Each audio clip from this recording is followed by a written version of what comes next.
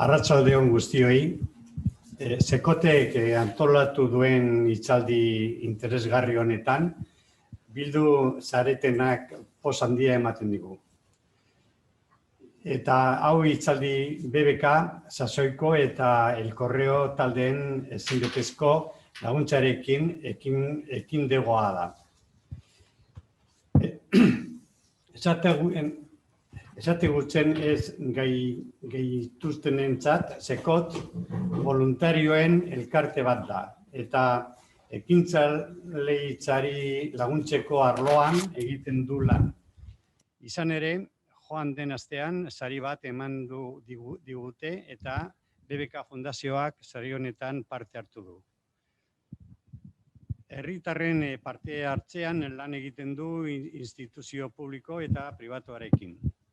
Azkenez, erretiro aktiboaren garapen berezian ere lan egiten dugu. BBK Fundazioaren laguntza paregabearekin garatuko programa da eta bertan kokatzen dira hitzaldi hauek.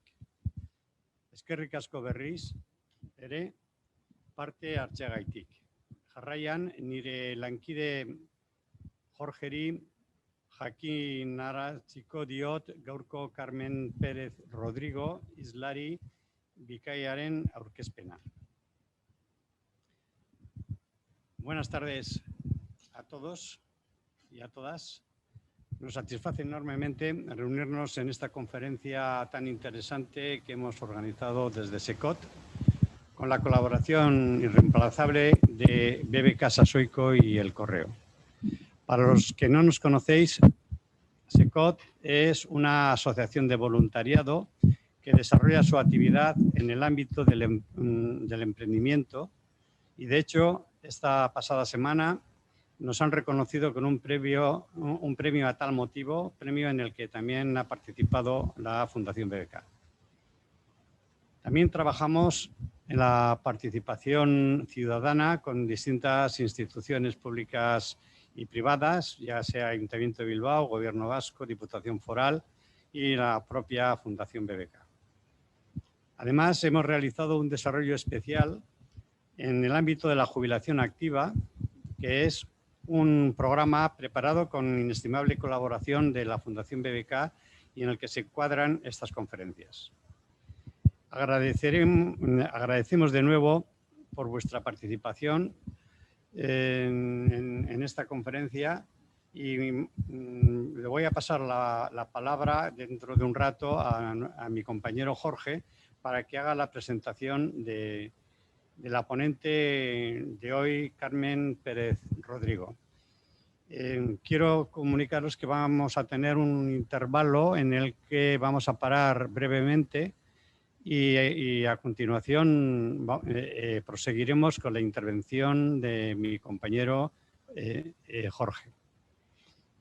Y excusarnos este rato en el que vamos a parar, pero ha sido pues por razones que han sido un poco que no hemos podido solventar, pero esperamos que va a ser un breve momento.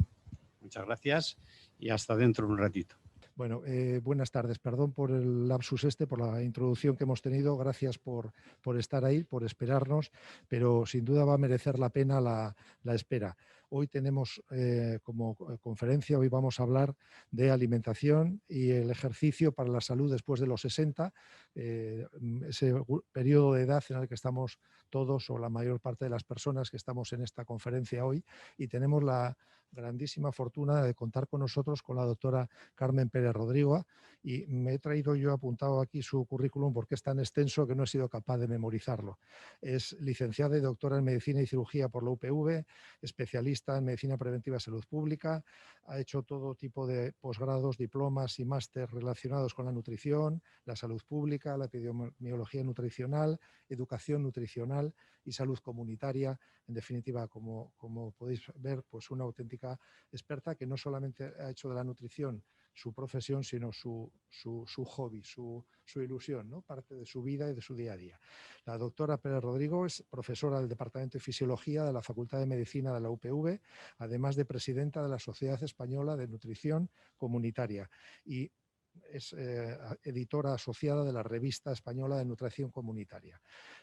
Ha desarrollado y participado, siempre ha trabajado en la administración local dentro del ámbito de la nutrición comunitaria y ha coordinado numerosos estudios e investigaciones relacionadas también tanto a nivel estatal como local y regional dentro del ámbito de la obesidad, hábitos alimenticios, etcétera. O sea que vamos a tener la oportunidad de aprender seguro un montón de cosas sobre alimentos, sobre la salud, sobre cómo combinar esos alimentos. Así que un placer presentar a la doctora Carmen Pérez Rodrigo. Muchas gracias por estar aquí con nosotros, doctora. Perdón, adelante. Es que sí. se me olvidaba una cosa importante, que como surgirán dudas a lo largo de la conferencia, está habilitado un chat. Por favor, donde pone chat es donde nos vais pasando las dudas que os vayan surgiendo y al finalizar la conferencia la doctora las irá contestando todas las preguntas. Así que sin más, muchas gracias, doctora. Gracias. Gracias, pues buenas tardes a todos, a todas. Un placer estar con todos vosotros esta tarde aquí. La verdad es que hoy ha sido un día muy complicado y como además se ha puesto a llover, pues llegar desde la universidad aquí ha tomado bastante más tiempo de lo que en principio tenía previsto, además de haber salido más tarde de lo que cuando acordamos esta sesión, pues tendría que haber sido. Vamos a intentar hacer una revisión de los aspectos más importantes en relación con la alimentación, la actividad física y la salud, en una etapa de la vida en la que ya llevamos una trayectoria vivida bastante larga, pero todavía nos quedan muchos años por delante. Y el gran reto que nos toca a todas y todos nosotros es vivir más años, pero esos años llenos de vida y con la mejor calidad de vida posible. Bueno, en estas líneas que espero que desde casa también puedan compartir todos ustedes, mostramos cómo a lo largo de las últimas décadas, en concreto desde mediados de la década de los 70 del siglo XX hasta hoy, progresivamente hemos ido añadiendo años a nuestra vida. Hoy, en los datos más recientemente publicados, pues son de las personas que nacieron en 2019. Las personas que nacieron en 2019 se espera que puedan llegar a vivir como media, tanto a nivel del Estado como en Euskadi es un poquito más, unas décimas más, pero aproximadamente, en el caso de las mujeres hasta 86 años, en el caso de los hombres, pues algún año menos. Esta diferencia de años de vida se va juntando cada vez más, pues sin duda por múltiples causas, entre las cuales pues no podemos obviar el que las mujeres también nos hemos ido incorporando desde el siglo, a lo largo de las últimas décadas del siglo XX, a la vida laboral fuera de nuestro hogar, y también hemos ido adquiriendo algunos hábitos que antes, sobre todo, pues los practicaban con más frecuencia los hombres, como es, por ejemplo, el hábito de fumar, y eso también nos ha añadido algún riesgo más, algún factor de riesgo más a las mujeres que incide en que esa diferencia que antes era un poquito mayor, pues se vaya aproximando. Aún así, las mujeres vivimos como media algunos años más que los hombres. Y este gráfico, que así aparentemente parece un poquito complicado, pero que lo vamos a explicar, este año que con la pandemia nos hemos acostumbrado a ver tantos dibujos en todos los medios de comunicación, en las televisiones, en la prensa, tantas infografías, en lo que nos están diciendo cómo va la tasa. Bueno, pues este gráfico procede de un estudio de la Universidad de Washington en Estados Unidos, en la costa oeste, y en esta universidad hay un centro que analiza datos globales de todo el mundo. Por ejemplo, algunos de los gráficos que estamos viendo en los medios en relación con la actual pandemia, pues proceden de este centro de información. Y uno de los análisis que ha hecho es comparando y analizando los datos, preparándolos para que puedan ser comparables, de cuántos años vivimos en los distintos países, tomando distintos factores de riesgo en cuenta y tomando en cuenta también las causas por las que nos morimos con mayor frecuencia. Y lo que han hecho es calcular cuál de estos factores de riesgo tan frecuentes son más responsables de que nos pongamos malitos y finalmente esos años de vida se vayan acortando. Bueno, pues en nuestro entorno, sobre todo, con mayor frecuencia nos morimos por enfermedades cardiovasculares, enfermedades del corazón.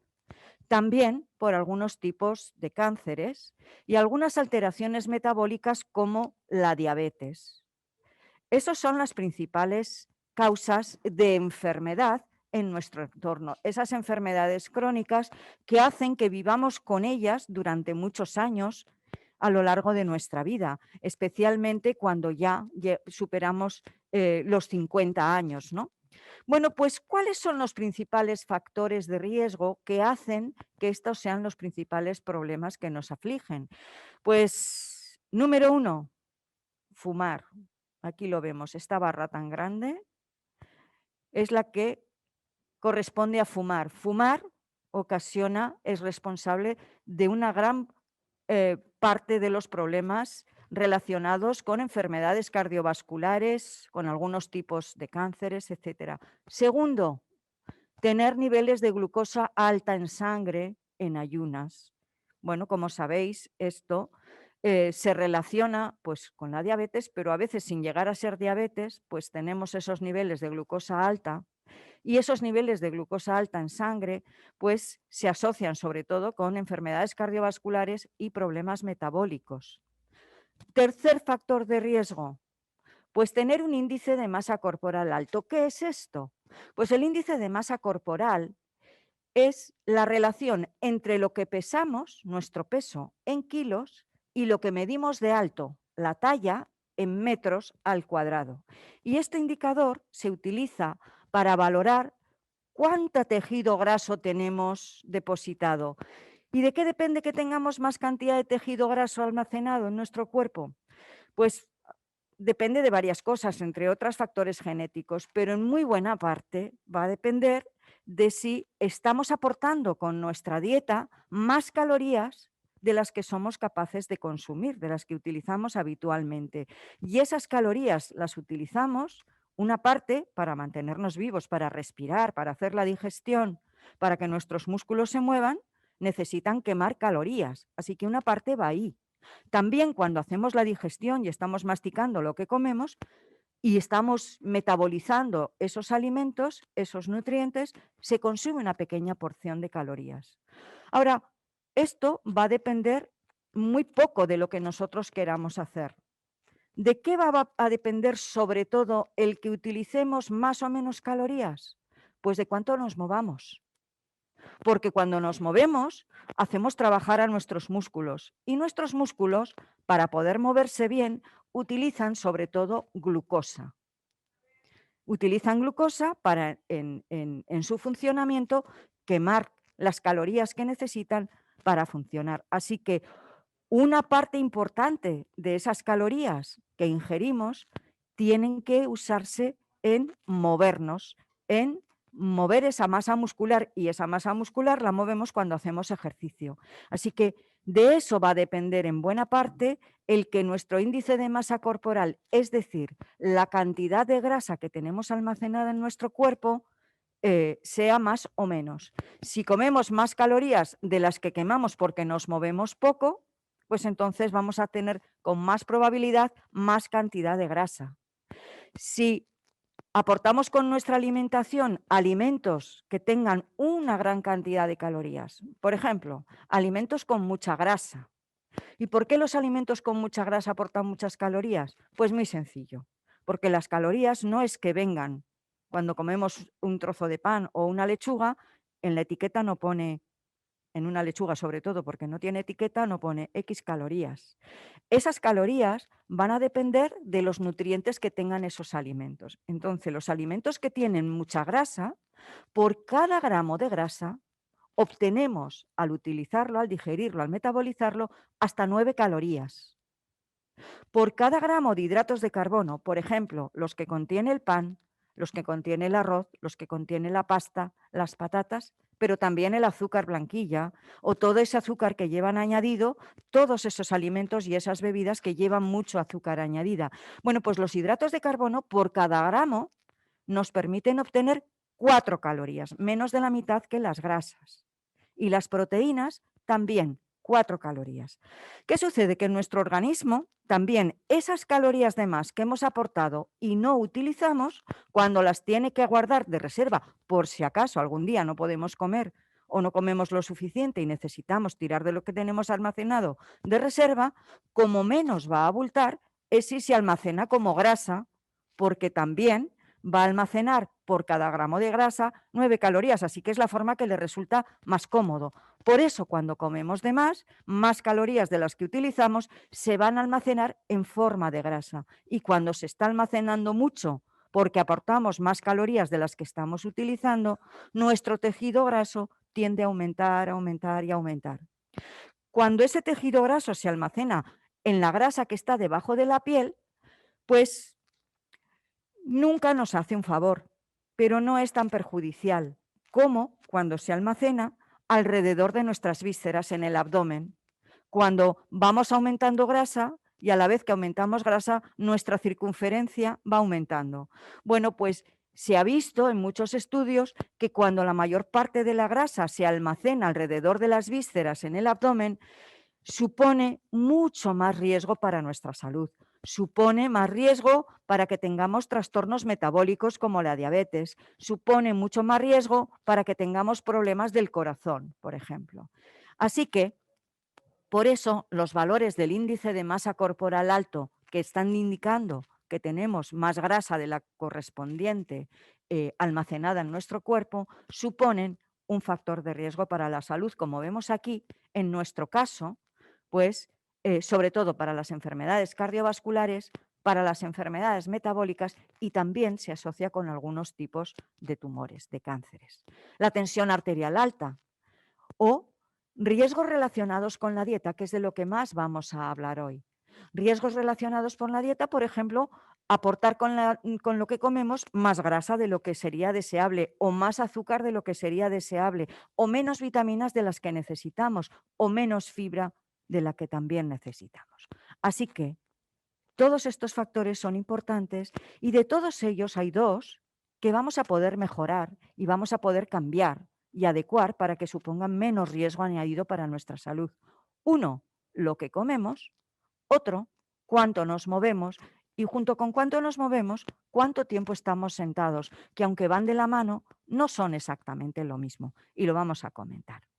Bueno, pues de esos años de más que estamos viviendo y sobre todo a partir de los 60, que es lo que está señalado en el gráfico en este momento, con ese rectángulo, esa línea que lo rodea, pues de esos años de más, entonces lo que quería representar en esta diapositiva es que de esos años de más, como veis, se acumulan esas barras que cada vez son más altas, quiere decir que también a medida que pasan los años, más de esos años vamos a tener algún problema, algún problemilla que va a hacer que tengamos dificultades para caminar, dificultades para manejarnos o algo que hace que no nos sintamos bien del todo, ¿no? ¿Y por qué? ¿Cuáles son esas cosas? Pues fijaros, precisamente los problemas de los que acabamos de estar comentando, enfermedades del corazón, enfermedades cardiovasculares, enfermedades respiratorias, enfermedades musculoesqueléticas, la artrosis, problemas con los músculos, problemas neurológicos que van a hacer que progresivamente cada vez tengamos más dificultades y algún malestar que haga que no nos sintamos bien. Así que estamos consiguiendo vivir cada vez más años. El gran reto es conseguir que esos años vivamos cuanto más tiempo de ellos, mejor. Y eso también supone el que tengamos que cambiar la mirada a nivel individual y también como sociedad hacia las personas que tienen más de 50, 60, 65 años y que desde luego no podemos meter todas ellas en un saco porque somos muy diferentes. Hay personas que a lo mejor tienen 70, 75, 80 años y están en plenitud de facultades y con mucha experiencia de la que todos los demás podemos aprender y compartir, de esas ganas de vivir, de toda esa experiencia acumulada y que sería una grandísima pérdida para todos los demás perdernos esa oportunidad de aprender de ellos y de compartir tantas experiencias vividas. Y por otra parte, pues nos vamos a encontrar a lo mejor personas que con 60, 62, 65 años, aparentemente mucho más jóvenes que esa otra persona de 80 años, pero que por distintos problemas de salud tiene más dificultades o necesita más apoyos o su salud emocional pues hace que su ánimo lo tenga un poco más decaído y necesite otros medios de apoyo. Con lo cual tenemos que cambiar también nuestra mirada y estar preparados para apoyar a todas esas personas tan distintas, proporcionando en cada momento los servicios de ayuda y de apoyo que mejor se ajusten. Y a lo mejor esos servicios de apoyo para mejorar la calidad de vida, pues son oportunidades para seguir aportando a esta sociedad o son oportunidades para seguir estudiando, para seguir activos, para seguir siendo solidarios, para seguir ayudándonos unos a otros y aprendiendo unos de otros. La verdad es que nos solemos acordar de que nos hacemos mayores cuando ya llegamos a una edad en la que se aproxima la edad del final de nuestra vida y de nuestra actividad laboral. Y lo cierto es que los procesos de envejecimiento nos acompañan a lo largo de nuestra vida. La primera parte de nuestra vida estamos creciendo, madurando, aprendiendo muchísimas cosas, explorando el mundo. Cuando llegamos pues a la adolescencia, a la primera juventud, parece que nos comemos el mundo con nuestro ímpetu y con nuestras ganas. Bueno, pues en esa época, a partir de ese momento en el que ya hemos alcanzado nuestra estatura, lo máximo que vamos a medir, tan pronto como la hemos alcanzado, empezamos a bajar. ¿Y por qué empezamos a bajar? Porque esos procesos de envejecimiento han ido activándose.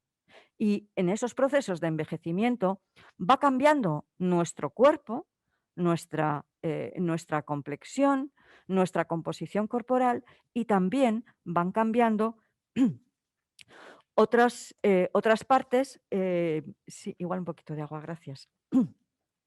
Disculpadme, pero es que llevo hablando muchísimas horas hoy. Y va haciendo que también la forma en la que digerimos los alimentos, la forma en la que los podemos masticar, la forma en la que los metabolizamos, también vaya a ir cambiando. Por ejemplo, cosas que cambian. Hemos dicho que cuando aportamos más calorías de las que utilizamos se acumula más grasa y eso pasa en todas las edades. Pero sucede también que a medida que nos hacemos mayores, parte de nuestro músculo se va viendo infiltrado por cada vez más tejido graso que antes en la juventud no existía. Y eso forma parte del proceso de envejecimiento. Lo mismo que nuestra piel va perdiendo tejido conjuntivo y eso hace que nos vayan apareciendo arrugas. No es que de repente seamos antipáticos, es que la piel ha perdido hidratación, ha perdido fibras de colágeno, es menos elástica y entonces se va arrugando. Muchísimas gracias, Jorge.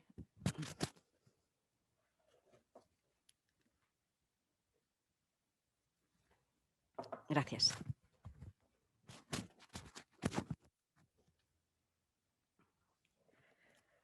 También nuestros huesos.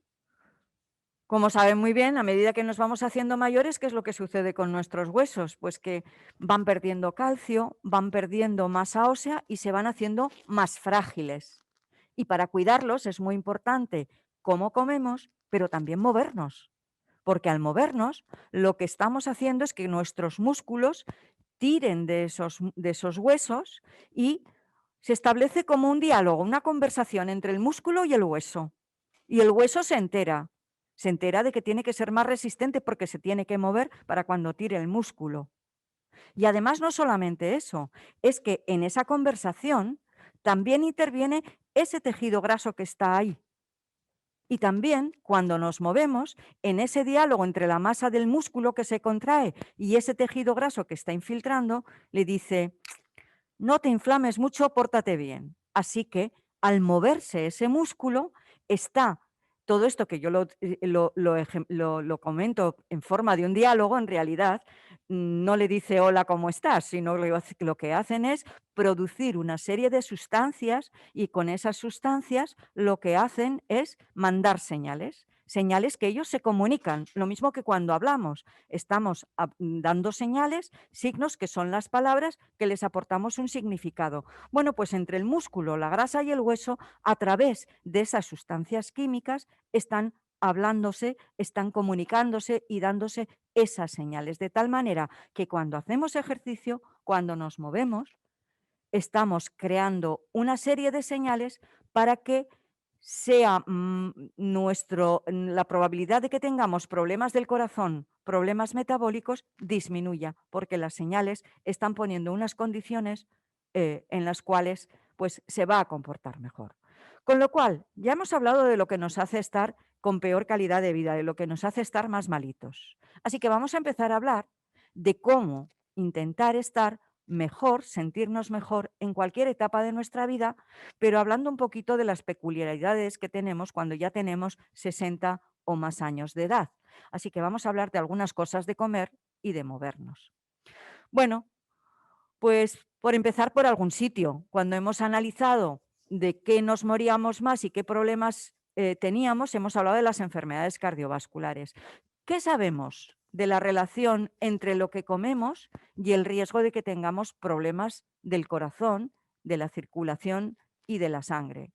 Y sobre todo, de esas cosas que sabemos que se relacionan, ¿en cuáles tenemos peor nota o hacemos un poquito peor y deberíamos de centrar nuestra atención para hacer mejor? Pues fijaros, este gráfico que os puede parecer complicado, y de hecho es complicado, está basado en el análisis de muchísimos datos de distintos estudios recogidos, de datos recogidos en distintos países europeos. Y lo que reflejan estas barras a la izquierda que estoy señalando en este momento es, por un lado, cuáles son las enfermedades del corazón, las enfermedades cardiovasculares que nos afectan más y, sobre todo, la enfermedad isquémica del corazón, la enfermedad de las coronarias es la más frecuente, pero también los ictus, los accidentes cerebrovasculares, cuando nos afecta por una hemorragia, por una trombosis, y que esto nos puede dejar secuelas. Pues esos van a ser los más frecuentes. Y en la siguiente barra es qué factores relacionados con lo que comemos están más relacionados con estos problemas cardiovasculares. Y en este gráfico, en esta parte de la derecha, que es la que más me interesa, vemos detallado cómo hemos ido cambiando a lo largo del tiempo para cada uno de estos bloques de alimentos, que vamos a ir viendo despacito a continuación. Son, por ejemplo, que tomamos una dieta con cereales, arroz, pasta, todo esto, pan, sí. ¿Pero qué tipo de cereales son los que más comemos? Pues cereales muy refinados. Están muy ricos cuando los compramos en el súper, el pan recién horneado que nos huele tan bien, ¿verdad? Es normal, es que la harina de trigo refinada cuando se tuesta, pues tiene ese olor que nos gusta tanto, pero claro, cuando está elaborado con harinas muy refinadas, pues supone que tienen hidratos de carbono que nos aportan calorías y que son muy interesantes, pero son hidratos de carbono que vamos a utilizar muy rápido. Esos cereales tan refinados nos aportan muy poquita fibra.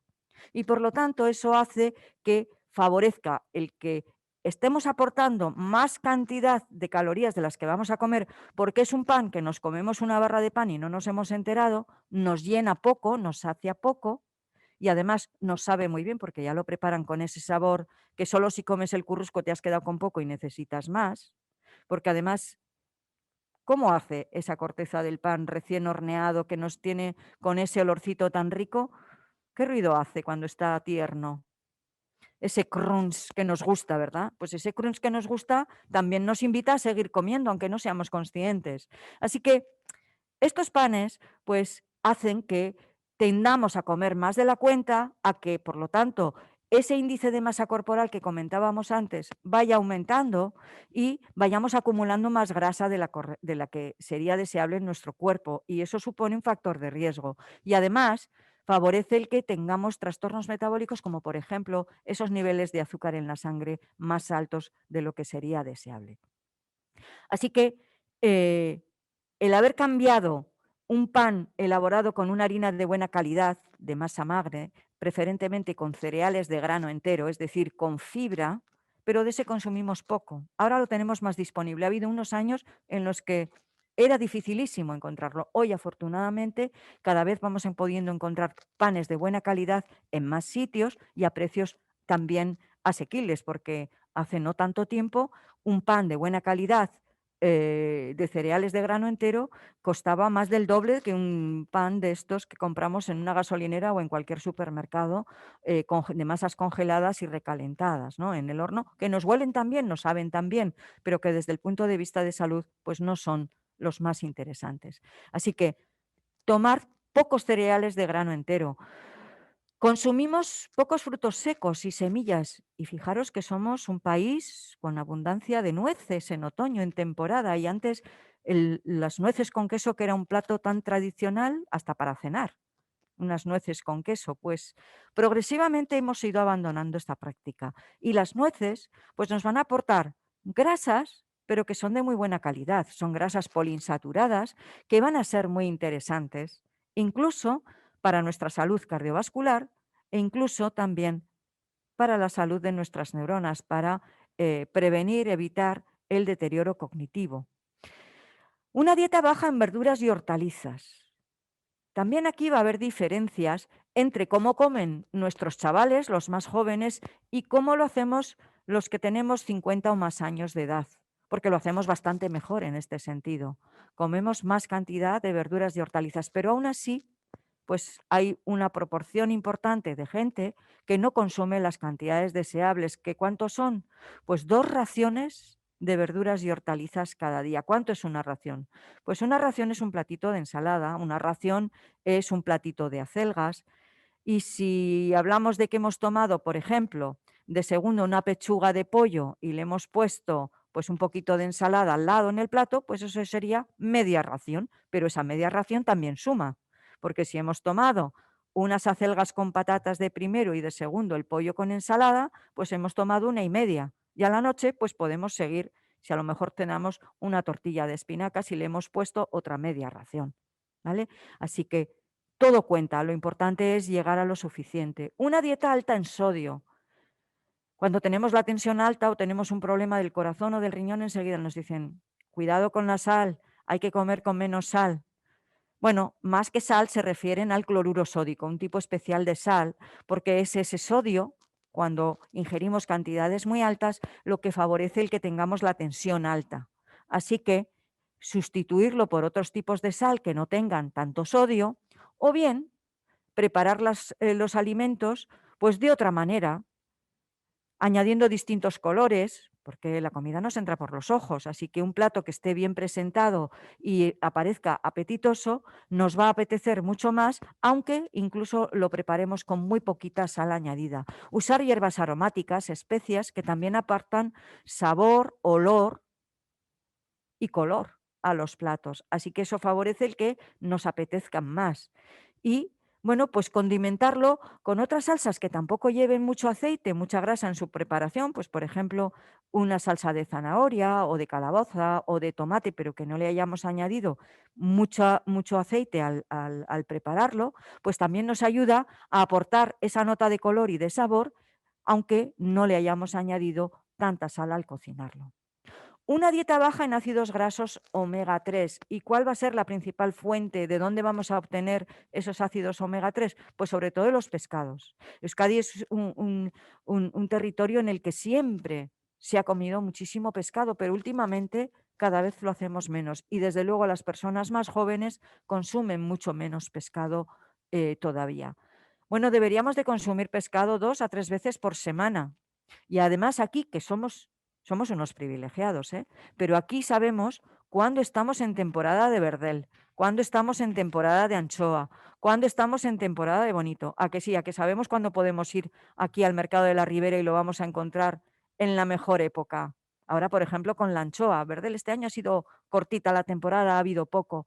Bueno, pues vamos a aprovecharnos de eso porque estos pescaditos pequeños tienen grasa, que va a ser muy interesante con estos ácidos grasos omega 3, que van a ser muy interesantes para cuidar nuestras arterias, para cuidar nuestro corazón y también para cuidar el funcionamiento de nuestro cerebro. Así que por todo eso es muy interesante el que consumamos pescados 2 o 3 veces por semana. Y dentro de estos pescados, pues también hay algunas diferencias. Fijaros que he hablado de anchoas, podemos hablar de sardinas. Ahora, ¿qué sucede con el atún rojo o el pez espada, que están muy de moda ahora entre nosotros? Pues que son pescados azules que tienen estas grasas tan interesantes, pero también son pescados muy grandes. Y un pescado se hace grande porque está mucho tiempo en el agua, vive mucho tiempo en esas aguas. Y lamentablemente, pues nuestras aguas, las aguas de nuestros mares, no las hemos cuidado muy bien con la actividad económica, con la actividad empresarial que hemos ido haciendo a lo largo de las décadas, de los años. Con lo cual, se han hecho vertidos contaminantes a los mares y esos mares hoy, en muchas zonas, pues tienen muchos metales pesados como el mercurio, como el cadmio. Y en esas aguas, a medida que los peces van viviendo y van haciéndose más grandes, van impregnándose de esos metales contaminantes, de esas materias contaminantes. Y esas materias contaminantes, donde se quedan fijadas, es a la grasa de los pescados. Por eso los pescados grasos son los que, si proceden de aguas contaminadas, tienen más riesgo. Y cuanto más grande sea el pescado, pues más tiempo ha estado en esas aguas. Luego la probabilidad de que hubiera tenido más cantidad de la cuenta de esos metales pesados es mayor que si comemos sardinas o anchoas que han estado pues poquito tiempo en el agua. ¿Eso quiere decir que nunca tenemos que tomar atún rojo? No.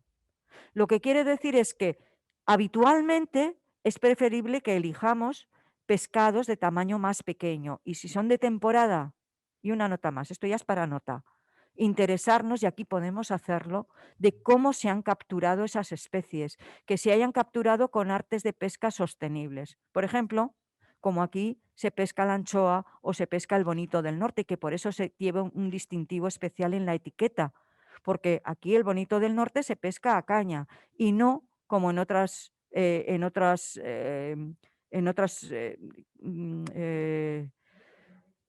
bueno, no, incluso en nuestros mares, quiero decir, es que no me sale, otras flotas pesqueras que tienen la costumbre de pescar pues con redes que se llevan por delante todo, incluidos los delfines, que luego los dejan muertos en el mar, ¿no?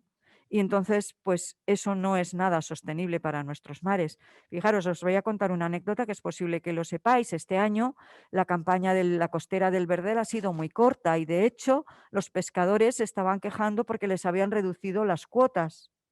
Pues a pesar de haber reducido las cuotas, no han llegado muchos de ellos a pescar todo lo que les habían dejado pescar. Hay poquísimo verdel este año. Ha habido poquísimo, algo pasa. Así que tenemos que cuidarlo. Si recordáis, hace unos años pasó esto con la anchoa y durante 2, 3 años no se pudo pescar anchoa, no pudimos probar las anchoas porque había que cuidarlas y dejarlas que se regenerasen. Y afortunadamente esas medidas, esa intervención ha permitido que la masa de anchoa pues se recupere y hoy tenemos cantidad de anchoa, ¿eh? Bueno, pues ahora está en esa circunstancia el verdel. Y este año se ha pescado poco verdel y seguramente el año que viene dejarán pescar un poco menos para darle la oportunidad de que se recupere. Así que si cuando vamos a comprar nos fijamos en las etiquetas, también en las de los pescados, preguntar en la pescadería, que aquí en la ribera lo saben muy bien, ¿de dónde viene este pescado? ¿Cómo se ha pescado? Y hay distintivos en la etiqueta que nos permiten conocerlo. Por supuesto, si ahora que es la campaña del verdel compramos verdel, sabemos que es de temporada. Si queremos comprar bonito, pues ya empieza a entrar el bonito de por aquí, pero todavía es un poco pronto.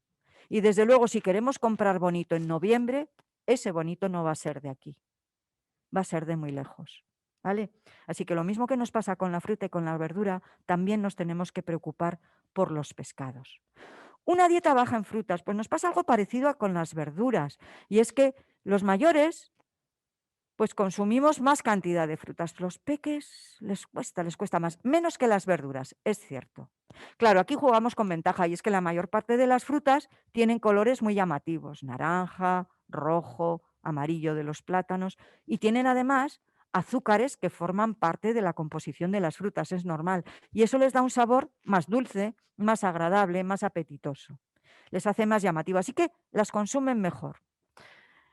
Las consumen menos por otras cosas, que también nos pasan a los mayores. ¿Y lo tengo que pelar?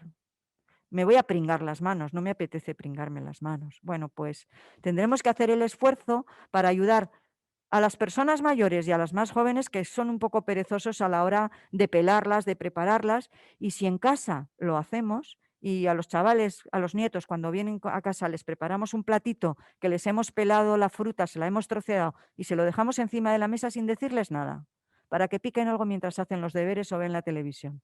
Fijaros como al de un ratito ha desaparecido todo. Ahora les dejamos la mandarina o la manzana y ahí se queda. Es que por no pelarla. Bueno, os pongo el ejemplo de los chavales porque queda más disimulado, pero ya sabemos que aquí a los mayores también nos pasa. Así que, bueno, pues una vez por ti, otra por mí. No quiere decir que siempre sea el mismo el que tenga que pelar la fruta y trocearla. Nos lo podemos hacer mutuamente y así la comeremos mejor. Una dieta baja en legumbres. Fijaros que aquí antes la comida tradicional era alubias, lentejas y el domingo garbanzos, ¿no? Alubia roja un día, alubia blanca otro día, así que prácticamente todos los días de la semana se comía legumbre. Hoy nos cuesta muchísimo y lo deseable sería que las volviéramos a consumir 2 a 3 veces a la semana. Bueno, pues es uno de los problemas, que se consume pocas legumbres. Las legumbres se han cargado un poquito de mala fama. Una parte de razón vamos a decir que tiene, ¿eh? Por ejemplo, se dice que las legumbres engordan mucho. Bueno, a ver, todo lo que metemos en la boca y nos comemos tiene calorías, y si tiene calorías, lo único que no tiene calorías es el agua y el aire que respiramos. Así que todo lo demás, como tiene calorías, pues probabilidades de que engorde tenemos, sobre todo si no nos movemos, ¿eh? Y es cierto que las legumbres, por cada 100 gramos que nos podamos comer, tienen una cantidad de calorías considerable, sobre todo a partir de hidratos de carbono y de proteínas, lo que las hace unos alimentos muy interesantes. También tienen minerales interesantes, tienen vitaminas y tienen mucha fibra. Bueno, esta fibra es la responsable de otro problemilla que les ha dado mala fama a las legumbres, y es que nos cuesta digerirlas o nos producen gases después de comerlas. Bueno, es que esta fibra que tienen es una fibra dura que se digiere mal. Bueno, para eso tenemos también 2 posibles soluciones. Primera, muy interesante, cocinar esas legumbres con mucha verdura de hoja verde. La verdura de hoja verde tiene clorofila que nos va a hacer que esa fibra la toleremos mejor. Segunda cosa, si nos cuesta mucho, nos sientan mal, nos dan digestiones pesadas o nos resultan muy flatulentas, podemos triturarlas y al triturarlas, al hacerlas puré, pues también las vamos a digerir mejor. Si aún así las toleramos mal, les podemos quitar un poco de fibra. ¿Cómo? No solo triturarla con la batidora, que metemos la de brazo o la de vaso, la que queráis, no solamente así, sino que vamos a hacer otra cosa. En lugar de triturarla así, vamos a pasarlas por el chino, por el pasapuré, porque en el pasapuré, en ese filtro del pasapuré, se queda una buena parte de esa fibra más gruesa, que es la que nos cuesta más digerir y nos produce más gases. También podemos añadir al cocinarlas, además de las verduras de hoja verde, algunas especias como los cominos. El comino, los granos de comino, tienen ese efecto carminativo que nos va a ayudar a eliminar los gases. Así que al cocinarlas les añadimos unos granos de comino que les van a dar un aroma muy agradable. Cuando las comemos nos van a saber muy ricas, pero además nos van a sentar mucho mejor. E incluso en el plato, una vez que nos servimos, si no nos molesta el sabor, pues también venden el comino triturado en polvo, como los botes de especies, y también le podemos añadir un poquito más al plato. Bueno, otra cosita más. Decimos que son pesadas, claro. Hasta ahora solamente he hablado de la legumbre. ¿Con qué solemos comer la legumbre? Una buena alubiada, ¿cómo va? Con todos los sacramentos, ¿no? Y los sacramentos son chorizo, morcilla, tocino, carne. Está riquísimo. No le vamos a poner ningún pero por ahí. Problema, todos los embutidos pues tienen el problema de que tienen mucha grasa añadida. Además tienen otros problemas que vamos a comentar enseguida, pero tienen muchas grasas añadidas. Por lo tanto, si vamos a consumir legumbres, deberíamos consumirlas 2 o 3 veces por semana, pues todas las semanas así va a ser que no podemos consumirlas. Vamos a prepararlas con esas verduritas y fijaros que hemos dicho que tienen hidratos de carbono, fibra, vitamina mineral y proteínas. Así que el día que hemos preparado ese plato de legumbres, pues realmente con eso y un poco de verdurita, una fruta, hemos comido. No necesitamos aportar nada más en nuestro ritmo de vida de hoy.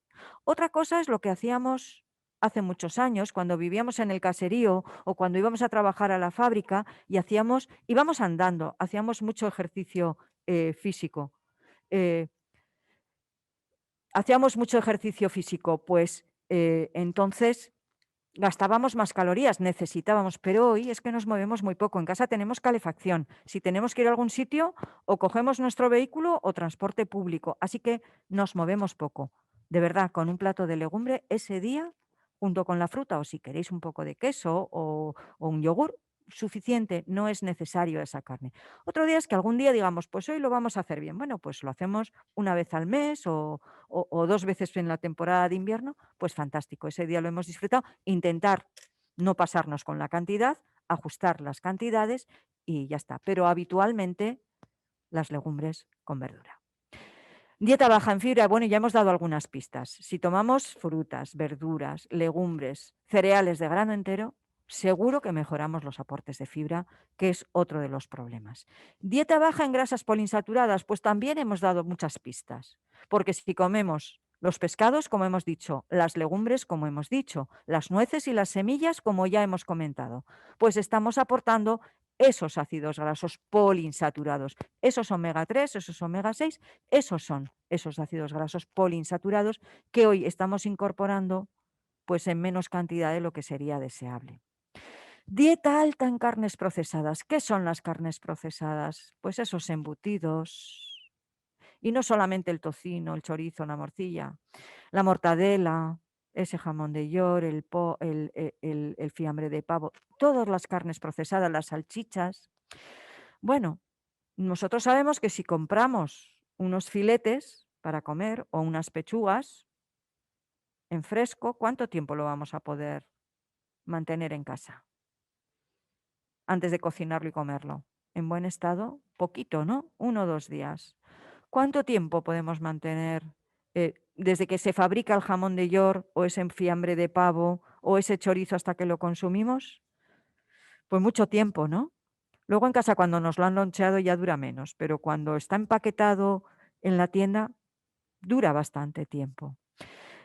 ¿Cómo es que de una carne fresca, un producto fresco que sabemos que dura pocos días, se convierte en un producto para que dure? Y por eso se hacen fiambres, para que duren precisamente. De hecho, el chorizo, la morcilla y el salchichón no se acaban de inventar antes de ayer. De toda la vida se han estado haciendo. ¿Y para qué? Pues precisamente para que cuando se hacía la matanza del cerdo, la matanza del animal que se criaba en casa, mantenerlo y que durara durante más tiempo y tener para comer la familia, ¿no? Por eso se hacía, es una forma de conservar, de preservar y que dure mucho tiempo. Claro, volvemos al antes eso tenía que durar mucho tiempo. Luego no se consumía ni todos los días ni mucha cantidad. Hoy lo tenemos a tiro de piedra en cualquier supermercado, en cualquier sitio y encima no necesitamos ni esperar la cola para que nos lo troceen porque lo tenemos en bandejas ya preparadito, muy fácil y muy asequible. Con lo cual estamos consumiendo mucha cantidad y con mucha frecuencia. Y estos productos, pues para que duren, llevan sustancias conservantes para que duren más tiempo. Bueno, pues se ha visto que estos productos que se utilizan para que duren más tiempo, pues suponen, cuando los consumimos en cantidades muy elevadas, un riesgo añadido para nuestra salud, tanto para las enfermedades cardiovasculares como también para algunos tipos de cánceres. Así que, ¿quiere decir que nunca hay que consumirlas? No, pero lo que no puede ser es que las consumamos 2 o 3 veces cada día, que es en lo que estamos en este momento. Entonces, tenemos que buscar alternativas para esos tentempiés de media mañana o esa cena que no queremos cocinar y queremos algo rápido, pero no puede ser a base de fiambre, de salchichas y de este tipo de productos porque no nos hace ningún beneficio a nuestra salud. Dieta alta en ácidos grasos trans. Bueno, recientemente habréis visto en los medios de comunicación que ha entrado en vigor una ley, una norma europea que se aprobó hace 2 años, pero se había dado de tiempo 2 años a las empresas para que cambiaran los productos para que no incorporaran ácidos grasos trans. Los ácidos grasos trans, bueno, algunos existen en la naturaleza, pero muy poquitos. Por ejemplo, la leche de rumiantes, de cabra, de oveja, incluso las vacas también, pero sobre todo las de la leche de cabra y de oveja, tienen algunos de estos ácidos grasos trans de forma natural. Y estos ácidos grasos trans que existen de forma natural, pues no plantean problema. Tampoco los ingerimos en cantidades muy importantes. Los que sí se vio que planteaban problemas son los ácidos grasos trans que se generan, se forman en los alimentos a partir de otras grasas cuando esas grasas en la industria alimentaria, al procesarlos, se transforman y entonces dan lugar a la formación de estos ácidos grasos trans. Y estos ácidos grasos trans se comportan para nuestra salud igual o peor que las grasas saturadas, esas grasas que están en la mantequilla, en la nata, en la manteca, las que acompañan a las carnes. Bueno, pues los ácidos grasos trans se comportan con el mismo problema o incluso más que estas grasas naturales de las carnes. Y pues, ¿qué tipos de productos las tienen? Pues es que los tenían galletas, helados, pizzas, casi todos los productos procesados generaban. Bueno, se ha pedido, se ha dado un tiempo a las empresas para que cambien la forma de elaborar esos productos, que utilicen otros ingredientes y otras técnicas para que no se formen, no se acumulen ácidos grasos trans y que además tienen que llevarlo reflejado en el etiquetado cuando supera el 0,1% de la composición. Entonces, bueno, pues afortunadamente con estos cambios se está consiguiendo disminuirlos. Ahora bien, una forma sencilla que tenemos nosotros para decir, pues me voy a mantener, ya sé que ahora va a estar a raya, pero yo por mi cuenta también voy a intentar mantenerlo más a raya. Pues intentar consumir de estos productos tan procesados, pues lo menor posible. Cuanto más producto fresco, menos elaborado consumamos, pues menos oportunidades de estar aportando este tipo de problemas. Una dieta alta en bebidas azucaradas. Bueno, este es un problema que afecta más a los más jóvenes que a los más mayores. El problema afecta no solamente a los refrescos, que normalmente hemos tendido a igualar las bebidas azucaradas con las latas o los botellines que podemos tomar en una cafetería o en casa porque lo compramos en el supermercado. No solamente esos, los zumos envasados también tienen una cantidad de azúcar añadida muy importante, o los yogures bebibles o los batidos llevan una cantidad de azúcar añadida muy importante. Entonces aquí también, no quiere decir que nunca, pero sí que en su justa medida y intentando evitarlo, sobre todo si queremos disminuir la cantidad de azúcares que estamos aportando. Bueno, y fijándonos en este gráfico, yo creo que ya he dado todos los mensajes principales que no quería que se me olvidara, porque hemos hablado de los cereales de grano entero, hemos hablado de los frutos secos, de las verduras y hortalizas, de la sal añadida al condimentar y de algunas recomendaciones para añadir menos sal y hacer que nuestra alimentación sea más saludable, de los pescados, de cuáles seleccionar, del tamaño, hemos hablado de todo ello, de las legumbres también y de las frutas. También incluso hemos mencionado que cuidado con las carnes muy procesadas, disminuirlas y de esos alimentos muy procesados que llevan grasas trans, muchas grasas añadidas, azúcares añadidos. Y vamos a intentar mantenerlos a raya y intentar no consumirlos todos los días, sino de vez en cuando y en pequeñas cantidades. Así que con todo esto llegamos a un mensaje importante, y es que lo importante no es que nos fijemos en lo que hemos comido hoy, en un día puntual, y que luego pues me he comido un bollo de mantequilla. Es que me apetecía mucho y me he comido un bollo de mantequilla porque he tenido un día fatal. Me han puesto un dolor de cabeza en todas partes, pues me he tomado un chocolate con churros o un bollo de mantequilla. No nos vamos a estar fustigando y diciendo qué malo he sido hoy, qué mal me he portado. Bueno, pues lo has hecho un día, lo has hecho un día. Ahora, ser conscientes de que lo hemos hecho un día y eso no puede ser todos los días, porque tenemos que pues cuidarnos, y cuidarnos quiere decir no aportar más calorías de la cuenta. Eso también se refiere a la cantidad que nos servimos, intentar servirnos en plato pequeño para ajustar las cantidades, porque como hemos dicho, cambia nuestro cuerpo, tenemos menos masa muscular, más tejido adiposo, a medida que nos vamos haciendo mayores con los años. Por lo tanto, también la cantidad que nos servimos tenemos que ir reduciéndola con los años, porque con menos que comamos nos está sobrando más. Así que, aunque nos cueste, tenemos que intentar servirnos un poquito menos cada vez, porque sí se ha visto que cuando reducimos la cantidad que nos servimos, reducimos las calorías totales que estamos comiendo, pues se asocia con que vivamos más años y además en mejores condiciones. Así que lo importante no es lo que comemos en un día, sino lo que hacemos habitualmente. Y eso que hacemos habitualmente es lo que se conoce como patrones alimentarios, nuestra forma, nuestro estilo de vida alimentario. Y de ellos también hay algunos estudios que aportan pruebas de cuáles nos vienen mejor para nuestra salud y cuáles peor. Por ejemplo, la dieta mediterránea. Y la dieta mediterránea no es la que se come en el Mediterráneo en vacaciones, por ejemplo, en Benidorm o en Torremolinos. No, no es esa. La dieta mediterránea es cómo comía la gente que vivía en la costa, en el entorno de los países mediterráneos, no exactamente en la costa, en los países mediterráneos hace mucho tiempo. Hace mucho tiempo es en los años 50, 60 del siglo pasado. ¿Cómo comían? Estamos acostumbrados a pensar pues en Málaga, en Almería o en Barcelona, pero no solamente ahí. En Grecia, en Creta, en Túnez, en Israel. Es decir, que la cuenca del Mediterráneo es muy diversa. Y también la cocina mediterránea es muy diversa en culturas, en aromas, en especias, pero tienen muchas cosas en común.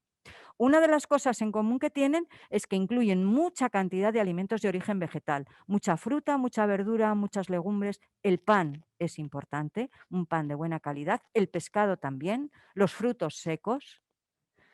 Va a depender pues de dónde estemos. Es decir, que un plato típico mediterráneo puede ser la paella y se consume en una región de la costa mediterránea, y en otra zona de la costa mediterránea se consume cuscús, pero el cuscús al final es un cereal con verduras, algo de carne o algo de pescado. ¿Vale? Y esos son los ingredientes principales. Otros patrones que se han visto que se asocian con vivir más años y con mejor calidad de vida, pues por ejemplo la dieta japonesa. Y la dieta japonesa, fijaros que nos queda muy lejos. No vamos a pretender comer todos como los japoneses, porque aquí pues no nos gustaría mucho eso de comer muchas algas y no nos sentaría muy bien. Pero incluye pues también cereales como el arroz, incluye mucho pescado, muchísimo pescado, e incluye muchas verduras, incluidas las algas.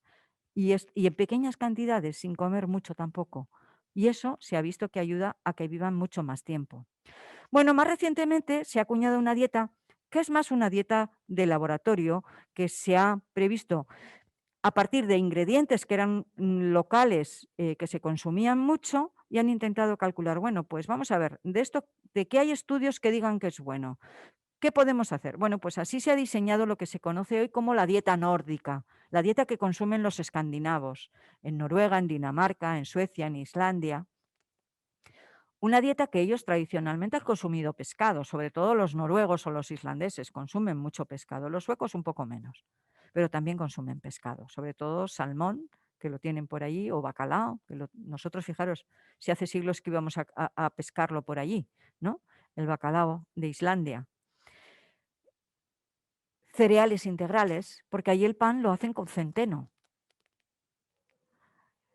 Frutos rojos, que ahora los consumimos aquí y se han puesto de moda, pero los nórdicos en temporada, y tienen además frutos rojos de cada temporada, porque tienen frutos rojos de primavera, y cuando más frutos rojos tienen es en septiembre, octubre, pero los tienen en los bosques. Y lo mismo que aquí, en verano nos vamos a la playa y comemos por ahí, pues ellos es muy habitual que en septiembre, octubre vayan en familia a los bosques que tienen al lado de las ciudades y van a coger frutos rojos. Y aquí conocemos las frambuesas y los arándanos, pero allí tienen los frutos naranjas, los morados, los negros, tienen cantidad de variedades. Bueno, pues combinando todos esos ingredientes, han visto que con cosas que les gustan y que consumen tradicionalmente, les puede ayudar a vivir mejor.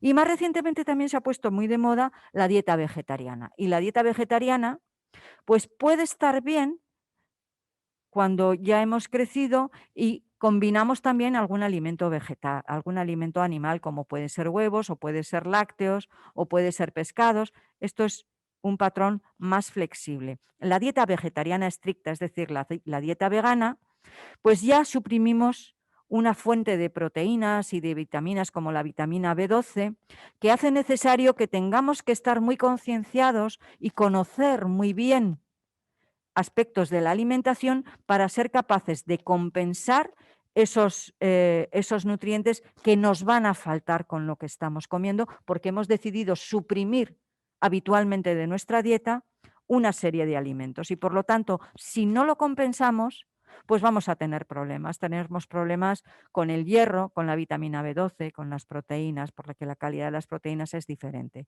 Si lo hacemos bien, pues también puede estar bien, pero hay que tener cuidado y no de forma generalizada. Así que estos patrones y esta forma de comer se sabe que nos ayudan a vivir más, a vivir mejor, y eso sí, ajustando las raciones y ajustando también la forma de preparar los alimentos para que no añadamos una cantidad de aceite excesiva. El aceite de oliva es estupendo para la salud, pero claro, si nos tomamos una botella al día, nos hemos pasado. Así que al alinear las ensaladas, pues midiendo la cantidad de aceite que añadimos.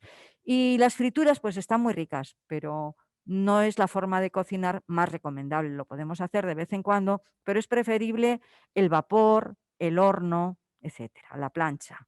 Y el vino, si estamos acostumbrados a tomarlo, en el contexto de la dieta mediterránea, para los hombres es asumible hasta 2 copitas al día. En las mujeres un poco menos. Una copita al día acompañando las comidas. Esto no es una cuestión de machismo, es una cuestión de biología, y es que las mujeres habitualmente tenemos un cuerpo más pequeño que los hombres, tenemos diferencias biológicas y también metabolizamos el alcohol de forma diferente, y eso hace que en las mujeres, pues para que estemos bien, el consumo de alcohol tiene que ser un poco menor que en los hombres. Otro tema que está de moda son los microbios que viven en nuestro intestino y que son, pues en los últimos años se ha prestado muchísima atención. Bueno, pues ese tipo de microbios va a depender de lo que comamos. Así que, y aquí es la buena noticia, cuando comemos de la forma que hemos descrito, con muchos alimentos vegetales, con fibra, con cereales integrales, con aceite de oliva, con esas grasas de los frutos secos y de los pescados, pues el perfil de microbios que tenemos en nuestro intestino va a ser de mucha más favorable para que nos siente bien, para que nos ayude a estar mejor. Cuando incluimos en nuestra alimentación alimentos muy procesados, muy refinados, con muchos azúcares, precisamente los microbios que van a estar en nuestro intestino también se van a volver un poco menos buenos y van a juntarse, van a aliarse para provocarnos más problemas. Así que este sería un poco el resumen de todo lo que hemos comentado, y permitidme para finalizar pues algunas recomendaciones. Desde luego, hacer la cesta de la compra entre todos, preparar la lista, todos los que vamos a comer juntos, estas técnicas culinarias, reciclar, súper importante, evitar el desperdicio, planificar lo que compramos para, fijándonos en las fechas de caducidad, para no tirar comida porque se nos estropee. Este dicho de que desayuna como un rey, almuerza como un príncipe y cena como un mendigo, pues sigue teniendo vigencia. Desayunar es importante.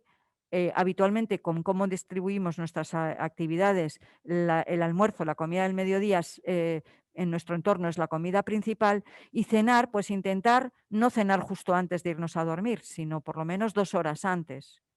Como se suele decir, la comida reposada y la cena paseada. Bueno, y la buena noticia es que cuando lo hacemos así, vivimos mejor.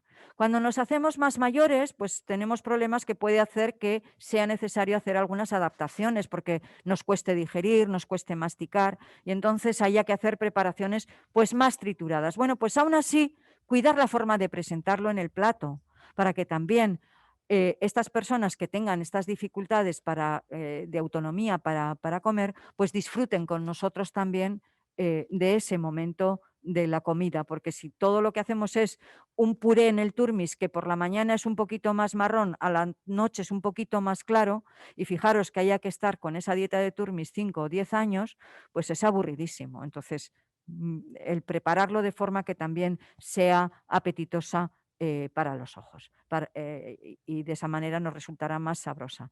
Y el último mensaje: movernos. Movernos es súper importante en todas las edades y también después de los 60. Y los datos nos dicen que nos movemos poquito, también en Euskadi.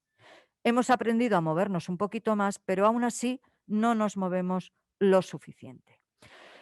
El que nos movamos más no quiere decir que tengamos que correr después de los 60 la maratón, sobre todo si no lo hemos hecho nunca. Quien lo haya estado haciendo, pues genial, si sigue en condiciones de poder hacerlo y que siga haciéndolo. Y de hecho, pues hay claros ejemplos de deportistas, que incluso hay algún himalayista con edad pues considerable, ¿no? Pero si no hemos subido nunca al Himalaya, pues con 70 años no sería lo más recomendable, desde luego no lo vamos a conseguir, ¿no? Así que adecuados a nuestras características, a lo que hayamos estado acostumbrados y cuánto es recomendable movernos. Pues fijaros, nos tenemos que mover haciendo combinaciones como más se nos ajuste. Para poneros un ejemplo que nos sirva de referencia, podemos elegir entre movernos entre 10-20 minutos cada día a un ritmo reposado, pues dar un paseo, caminar un poquito, o decir, pues vamos a movernos 3 días a la semana, pero esos 3 días vamos a andar por lo menos 1 hora y vamos a andar a buen ritmo. Por lo menos 2 días a la semana, ¿eh? No, si lo dejamos para uno, vamos a andar mal. Así que por lo menos 2 días a la semana. Si en vez de 3 nos movemos 2, pues quiere decir que vamos a tener que andar un poquito más de 1 hora. ¿A qué ritmo tenemos que andar? Fijaros, decimos o ejercicio moderado. Entre las recomendaciones de la Organización Mundial de la Salud nos dicen entre 150 y 300 minutos a la semana acumulados. Y si lo hacemos en periodos que sean al menos de 10 minutos. Fijaros si es fácil. Cuando yo tengo que ir a hacer un recao, pues en lugar de coger el autobús me voy caminando, me voy andando. Y si he tardado un cuarto de hora, pues es un cuarto de hora que ya suma. Cuando yo voy caminando a un ritmo que puedo hablar con otra persona, estoy haciendo un ejercicio moderado. Cuando ese ritmo hace que ya pierda un poquito de aliento y me cueste más andar, es que le he dado más intensidad. ¿Vale? Es un poquito como referencia y como truco.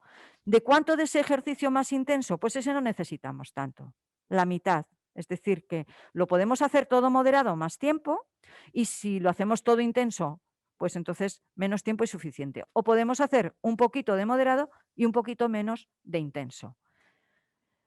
Bueno, no solamente eso, hemos dicho que hay que cuidar nuestra masa muscular, así que las pesas en las máquinas o con unas botellitas de agua o con unas gomas elásticas en casa, como queráis, pero también hay que trabajar los músculos. Y los músculos hay que trabajarlos también 2 o 3 días por semana. Así que ir a hacer una gimnasia con otros amigos, con otros compañeros, pues es una buena medida de divertirnos en compañía y de que nos orienten en estos ejercicios.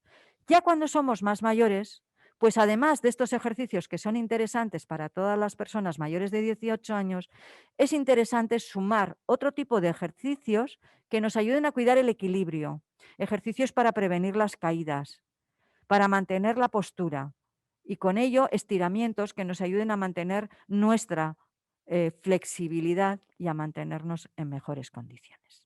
¿De acuerdo? Bueno, pues este era un poco el mensaje que os quería trasladar y si ahora hay alguna pregunta o alguna cuestión para contestar, pues encantada.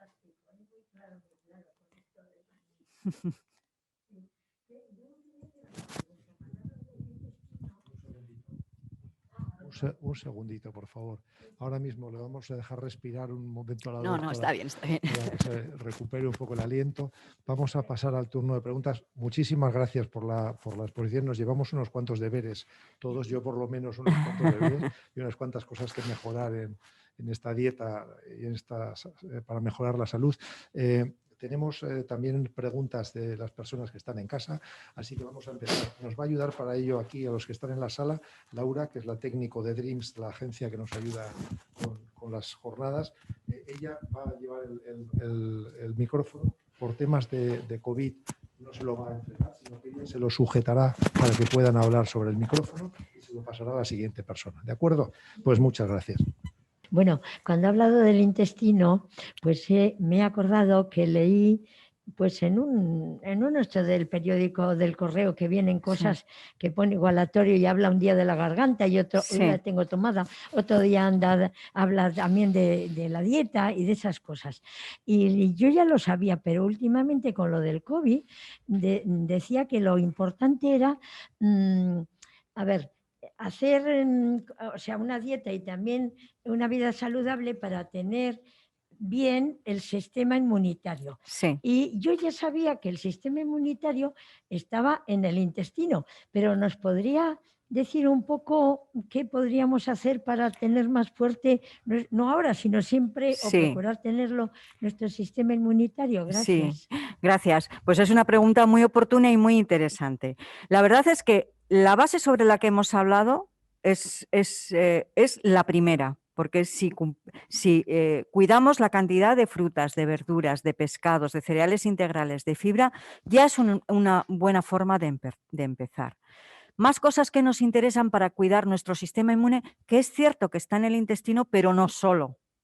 Nuestro sistema inmune, fijaros que, y ahora estamos oyendo hablar con la COVID, de los anticuerpos. Nos hacen test de antígenos, el antígeno para ver si tenemos el bicho y test de anticuerpos para ver si tenemos las defensas. El antígeno es ese elemento, esa proteína que expresa el virus y que, bueno, es esa muestra, esa señal que le dice a nuestro organismo que tiene que fabricar defensas, que son otras proteínas especiales que fabrican células de nuestra sangre para bloquear a ese antígeno, para defendernos, ¿no? E intentar que el bicho no entre. Eso por un lado. Y por otro lado, otras células de nuestra sangre que lo que guardan es cómo se defendieron de ese bicho para que la próxima vez que entre en contacto, pues bloquearle, anularle y no dejarle entrar. Bueno, por eso nos están vacunando para que seamos capaces de fabricar esas defensas porque ya estamos en contacto con ese bicho, nos lo han enseñado el bicho o algo parecido para que seamos capaces de fabricar esas defensas. Así que una parte muy importante de nuestras defensas está en las células de nuestra sangre, en las células, en los glóbulos blancos, en los leucocitos y los linfocitos. Otra parte va a estar también en nuestras mucosas de la boca, de la nariz, de las vías respiratorias, que también nos protegen, y otra parte va a estar importante también en nuestro intestino, también en nuestra piel, es decir, que está en muchos sitios.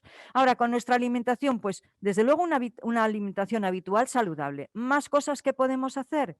Pues cuidar los aportes de vitaminas del grupo B, nutrientes como el zinc, que va a estar en las carnes, en pescados, en moluscos, en cereales integrales. Por eso insisto que lo que hemos hablado es más de lo mismo. Bueno, pues el zinc se ha visto que es un elemento que participa, ayuda en esa fabricación de defensas. Vitaminas del grupo B, vitamina D, de la que por cierto casi no he hablado, y la vitamina D va a estar en las grasas, por ejemplo, las grasas de la leche, de los quesos, también en las sardinas, en los pescados azules, y una parte importante de la vitamina D la vamos a sintetizar en nuestra piel. Cuando nos exponemos al sol sin protección, se sintetiza en nuestra piel vitamina D. Ahora bien, eso con cuidado, porque como sabéis, cuando nos exponemos al sol sin protección, supone también un riesgo para que en nuestra piel pues se puedan generar trastornos que pueden ser pues cánceres de piel. Así que cuidado.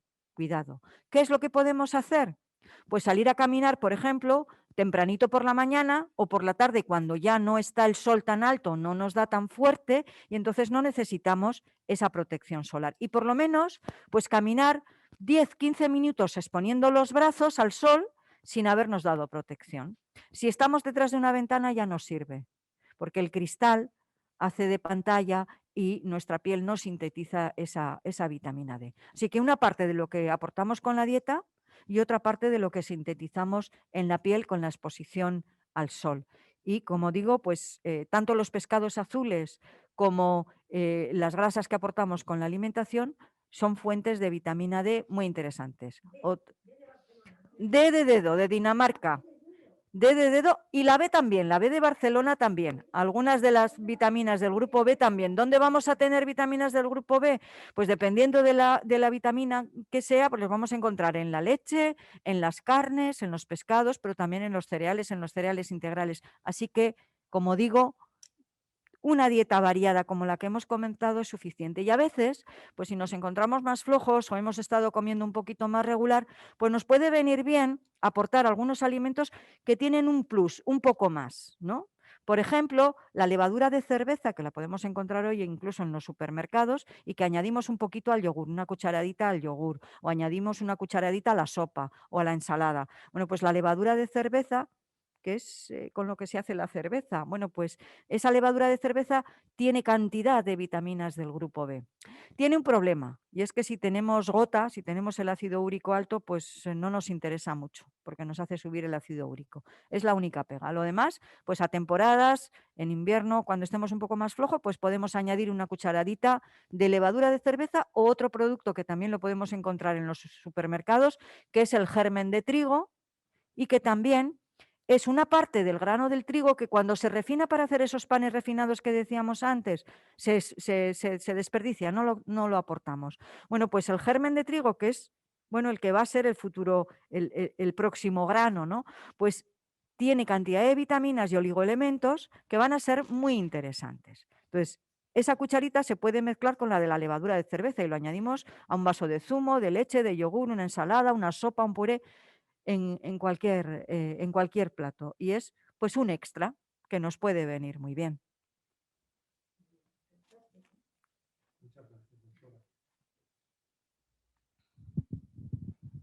Tenemos una pregunta aquí en el chat, que en realidad son dos. Nos pregunta Fran Escaber, ¿cuántas comidas debemos hacer diariamente? Y la segunda parte, ¿y qué es más recomendable para desayunar, mantequilla o margarina vegetal? A ver, ¿cuántas comidas tenemos que hacer al día? Bueno, seguramente habréis visto en los medios, porque últimamente está de moda y además un presentador de televisión muy popular pues lo ha dicho hace poquito en un programa de televisión muy popular, que hace una dieta y que bueno, pues está un poco en controversia. A ver, en una persona que tenga una vida regular, pues lo más recomendable es por lo menos hacer 3 ingestas y a lo mejor pues algunas pequeñas tomas de tentempié según la actividad que realicemos. Así que el desayuno, si estamos acostumbrados a hacerlo, pues va a ser una comida interesante. ¿Controversias con el desayuno y por qué ha entrado en la polémica? Pues obviamente si en el desayuno nos ponemos morados a magdalenas, a alimentos que tengan mucho azúcar o mucha grasa, pues no va a ser interesante. Pero si el desayuno lo configuramos con algo de fruta, primer punto interesante. Si lo toleramos bien y estamos acostumbrados, algún lácteo. Si nos gusta la leche, puede ser leche. Si en vez de leche preferimos una infusión, por ejemplo, o un té, y después un yogur o algo de queso fresco o una cuajada, pues fantástico. Y si eso lo acompañamos, pues podemos variar, porque de la misma manera que si nos dieran para comer todos los días al mediodía sopa, pollo y plátano, al segundo día, al tercer día diríamos, bueno, a ver, hasta aquí hemos llegado. Y sin embargo al desayuno no le damos importancia y nos tomamos el café con leche con el pan, día sí, día también. Y no protestamos. Bueno, pues vamos a intentar darle un poquito de alegría a ese desayuno, a variarlo. Y entonces, pues un día puede ser ese pan tostado que lo acompañamos con un poquito de queso, por ejemplo, o si nos apetece incluso con un poquito de mantequilla. Y aquí respondo a la otra pregunta a la vez. Porque, ¿qué es mejor, la mantequilla o la margarina vegetal? A ver, depende de si tenemos algún problema importante con el colesterol, que sea muy importante, que estemos tomando pastillas para bajar el colesterol y entonces pues no nos interesa aportar grasas que ayuden a subir más el colesterol, como puede ser el caso de la mantequilla. Pero a lo mejor no pasa nada porque un día nos tomemos un poquito de mantequilla, ahora eso sí, un poquito, es decir, con la punta del cuchillo untamos la tostada transparente, no una tostada con una capa gorda de mantequilla. Entonces ya no estamos tomando un poquito, sino bastante. Entonces, pues un poquito, pues si es un día y es muy ocasional, no pasa nada. La compensación, como os decía antes. Después ya sabemos que tenemos que andar el doble para utilizarlo y con eso hemos compensado. Seguramente lo hemos comido con más ganas, nos ha apetecido y lo hemos disfrutado y no hemos necesitado recurrir a la margarina vegetal. Ahora bien, dentro de las margarinas también que sepamos que hay diferentes. Si la margarina es una margarina normal al uso, pues yo no la recomendaría nunca. Si es una margarina que estamos seguros de que es vegetal, o incluso de estas margarinas que tienen fitoesteroles y todas estas cosas, pues bueno, eh, para gustos están hechos los colores, pero que si alguien se toma algún día la mantequilla, bueno, pues que sepa que poquita cantidad y de vez en cuando. En cuanto a esas margarinas que tienen fitoesteroles, pues es verdad, hay estudios que avalan que ayudan a bajar el colesterol, eso sí, si cumplimos el resto de cuestiones de la dieta, si no, no sirven para nada. Es decir, baja en grasas, pequeña cantidad, mucha fruta, mucha verdura y mucha fibra. Y si no, ese batidito, ese yogur o esa margarina que baja el colesterol, no va a bajar el colesterol. Solamente si hacemos además todo lo demás. Y esos estanoles que se le añaden a la margarina, pues también los vamos a encontrar en las espinacas, en las acelgas, en los puerros, porque están en las verduras de hoja verde. Así que si consumimos habituales verduras, pues vamos, habitualmente verduras verdes, pues la lechuga incluso, pues estamos aportando esos estanoles vegetales. Sí, por ahí atrás había otra Sí, pregunta. quería preguntarle qué opina de la dieta intermitente.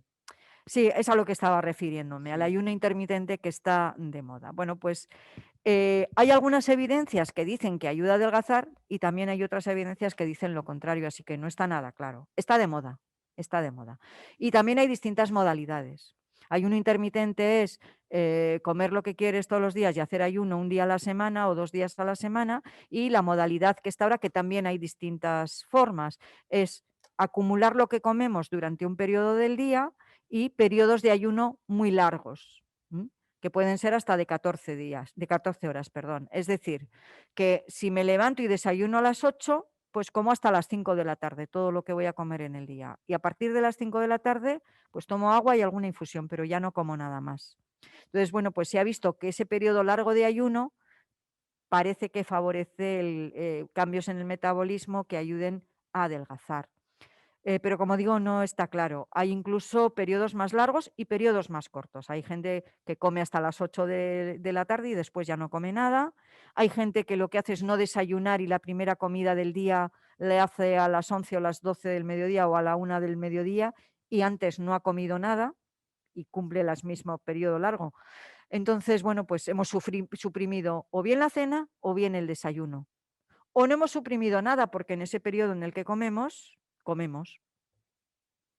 Entonces, pues dependiendo de cómo lo hagamos, funciona o no funciona. Hay estudios que dicen que sí y hay estudios que dicen que no. Así que, en condiciones normales y sin hacer muchos malabarismos y equilibrios que nos trastoquen nuestra vida diaria, y eso es lo interesante, porque cualquier cambio que vayamos a introducir quiere decir que tenemos que ser capaces de convivir con ese cambio durante mucho tiempo y que nos sintamos bien con nosotros mismos y con el mundo, porque si por hacer ese cambio vamos a estar enfadados todo el tiempo, tristes, deprimidos, peleándonos con todo el que veamos, pues es que no vale la pena, hay que vivir alegres y contentos. Entonces, vale más la pena introducir pequeñas modificaciones que seamos capaces de mantener a lo largo del tiempo y que nos ayuden a estar mejor. Y si siempre hemos desayunado, pues vamos a seguir desayunando en ese horario que nos resulte adecuado, incorporando, como os digo, ese pequeño cambio que puede ser intentar comer algo de fruta todos los días, un kiwi, unas fresas, media naranja, una mandarina, medio plátano. Algún lácteo si estamos acostumbrados y nos sienta bien, y si no nos sienta bien o preferimos bebidas vegetales que podríamos decir de alguna manera no lo son sustitutorias, pero bueno, nuestras costumbres las estamos incorporando, pues consumimos esas o una infusión y algo de cereales. Y ese cereal puede ser un poquito de pan integral, una tostada, e incluso cereales de los habituales del desayuno que pueden ser mejor sin azúcares o chocolate añadido. Y si algún día los comemos dulces, pues no pasa nada. Y si algún día nos desayunamos ese croissant que nos apetece, pues tampoco pasa nada si es que no tenemos algún problema que nos haga imaginaros que tenemos enfermedad celíaca y el trigo nos sienta mal, pues claro, no nos hemos hecho un favor. Así que estamos hablando de personas que no tengan ningún problema. ¿Que un día hemos hecho un exceso? Ser conscientes de que ese día hemos hecho un exceso y que eso no puede ser la norma. Vamos a compensarlo y vamos a movernos más. ¿De acuerdo? Muchas gracias. Bueno, vamos ya fuera de horario, estamos ya abusando en exceso de la doctora. Quedan un par de preguntas muy breves para Vale. no alargarlo demasiado. Nos preguntan, por ejemplo, veo aquí fruta antes o después de las comidas. Bueno, lo más importante es comerla. Y comerla en cantidades importantes. Luego ya para nota, pues eso depende de cómo nos siente mejor. Y hay personas que si han comido bien, y bueno, completo un poco la pregunta de la comida de antes porque me he centrado en el desayuno y no he dicho el resto, pues el almuerzo y la cena, ¿no? Entonces hay personas que cuando comen, el tomar la fruta de postre, pues es que ya no les apetece porque están llenas. Bueno, pues la podemos dejar para ese aperitivo a media mañana, a media tarde. También hay personas que dicen, es que me siento para comer con un hambre que me comería todo. Pues una estrategia para sentarnos y comer con menos hambre puede ser tomarnos algo de fruta, una manzana, por ejemplo, media hora o 3/4 de hora antes de comer. Y cuando nos sentamos a comer tenemos menos hambre. Entonces, esas son estrategias según cómo nos siente mejor a cada uno y cómo nos organicemos. Pero insisto, lo importante es comerla. Duda. Nos preguntan, siguiendo con las frutas, ¿frutas buenas o malas para un diabético 2, tipo 2? A ver, las personas con diabetes, como saben muy bien, tienen que aprender a comer disminuyendo la cantidad de azúcares refinados, de azúcares simples que hay en los alimentos. Y hay una parte de azúcares que son los que añadimos, esa sacarosa, y que a veces va añadida en los alimentos muy procesados, aunque no lo veamos, pero que les dan ese sabor dulce. No solamente el sabor, porque muchos alimentos procesados, si no llevaran ese azúcar, no durarían el tiempo que duran. Por ejemplo, las mermeladas. Si habéis hecho alguna vez mermelada en casa, sabéis que o le añades bien cantidad de azúcar o se estropea. Se estropea, es decir, que es un conservante también. También da textura a los productos. Entonces, los productos procesados pues llevan azúcares añadidos. Entonces, una persona con diabetes pues tiene que saber que esos productos que tienen azúcar añadido pues tiene que limitarlos. Las frutas de forma natural tienen azúcares, que es distinto que la sacarosa, son otro tipo de azúcares. Así que saben muy bien y les enseñan a ajustar raciones que se llaman por equivalencias. Es decir, ¿qué cantidad de un alimento tiene una ración de hidratos de carbono? Y entonces ellos aprenden a intercambiar. Si según mi alimentación puedo tomar tres intercambios de hidratos de carbono al día, pues esos intercambios puede ser un trocito de pan, algo de fruta, algo de no sé qué. Y ellos ajustarse según lo que más les gusten para que no sea sota, caballo y rey. Entonces, frutas que tienen mucho azúcar, pues el melón, la uva, la ciruela, pero claro, eso depende de la temporada y lo que esté y lo de que esté en ese momento consumiendo y lo que le guste. Frutas que tienen menos azúcar y le pueden sentar bien, pues la pera, la manzana, por ejemplo. Perfecto. Y la última pregunta, doctora. La relación de osteoporosis y consumo de lácteos. ¿Qué opina del consumo de leche? Bueno, yo creo que ya lo hemos... Sí, que qué opino del consumo de lácteos en relación con la osteoporosis. Bueno, en relación con la osteoporosis, hemos dicho al principio que es un cambio que acompaña al envejecimiento, el que nuestros huesos vayan perdiendo calcio y vayan perdiendo masa ósea. Así que tenemos que cuidarlos no cuando somos mayores, sino desde mucho antes. Una forma de cuidar nuestros huesos es aportar la cantidad de calcio suficiente a lo largo de toda nuestra vida y sobre todo en la época en la que estamos creciendo. Y en nuestra forma de comer, en nuestras costumbres, pues los lácteos son la principal fuente de calcio, que además se absorbe muy bien y se utiliza muy bien.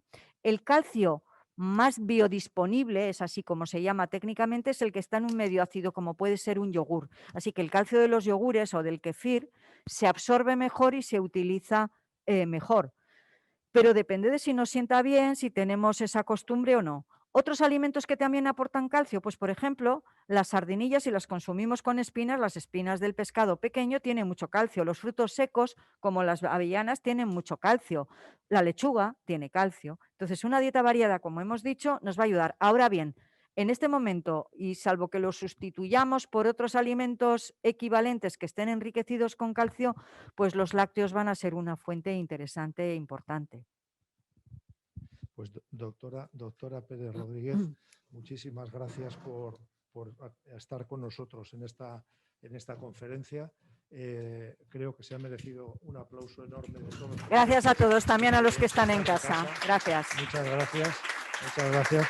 Y yo mientras cerramos la conferencia, Sí. Bueno, agradecer a Sasoico que nos da la oportunidad de hacerlo en este lugar y estar aquí. Muchas gracias, doctora. La oportunidad de estar aquí. Agradecer, como he dicho, en primer lugar a la doctora Pérez Rodríguez su asistencia, los asistentes aquí. La semana próxima seguimos con el ciclo de conferencias y tenemos una conferencia también muy interesante a la cual animamos a todos a que se unan, que será de economía circular, cómo nos ayuda en nuestra vida. Seguramente que igual lo de economía circular de entrada suena un poco como raro, ¿no? A ver qué es eso de la economía circular, hasta que le coge uno el truco. Bueno, pues es algo así como pasar de usar y tirar a reciclar y reutilizar, ¿no? Un poco preocuparnos del futuro y de lo que nos viene. Sin duda podemos hacer mucho las personas más 60 en este terreno y vamos a contar con Chema Fernández, que es el director de Economía Circular de IOBE, que nos va a ayudar a entender un poco mejor todo esto, como hoy lo ha hecho la doctora Pérez Rodríguez. Sin más, todos aquellos que quieran seguirnos en jubilacionactiva.eus viene toda la información. Yo creo que ya casi todo el mundo sabe cómo entrar y cómo inscribirse, así que muchas gracias a todos por estar aquí con nosotros. Una última cosa, hay una encuesta de satisfacción, tanto los que están aquí presentes, para que por favor nos ayudan con sus comentarios, como desde casa igualmente también con sus opiniones. Muchas gracias a todos. Gracias.